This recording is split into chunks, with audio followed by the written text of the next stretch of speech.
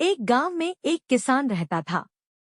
वह रोज सुबह सुबह उठकर दूर झरने से साफ पानी लेने जाया करता था। इस काम के लिए वह अपने साथ दो बड़े घड़े ले जाया करता था, जिन्हें वह एक डंडे में बांधकर अपने कंधे पर दोनों तरफ लटका कर लाया करता था। उनमें से एक घड़ा कहीं से थोड़ा सा फूटा था और दूसरा एकदम सही।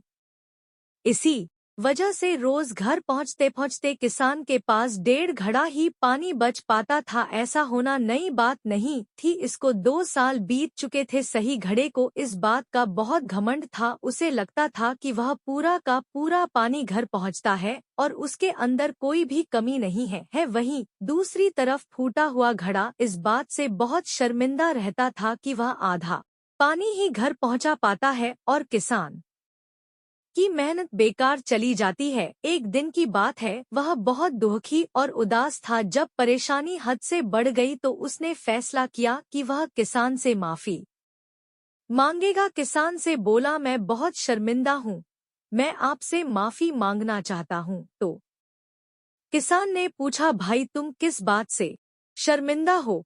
छोटे घड़े ने दुखी होते हुए कहा, शायद आप नहीं जानते हैं, मैं एक जगह से फुटा हुआ हूँ। पिछले 2 सालों से मुझे जितना पानी पहुंचाना चाहिए था, मैं सिर्फ उसका आधा ही पहुंचा पाया हूँ। मेरे अंदर यह बहुत बड़ी कमी है, इस वजह से आपकी मेहनत बर्बाद होती रही है। किसान को घड़े की बात सुनकर बहुत दुख हुआ और बोला, इतना परेशान होना भी ठीक नहीं है। चलो तुम्हारी उदासी दूर करते हैं। एक काम करना, कल जब तुम रास्ते से लौटो तो अपने टपकते पानी पर दुख करने के बजाय उस रास्ते में खिले हुए फूलों को देखना। कितने खुशबूदार, कितने खूबसूरत, कितने प्यारे, और साथ ही पास में छोटे छोटे पौधे देखना। घड़े ने किसान की बातें मनाने का फैसला किया। रास्ते भर सुंदर फूलों का देखता हुआ आया।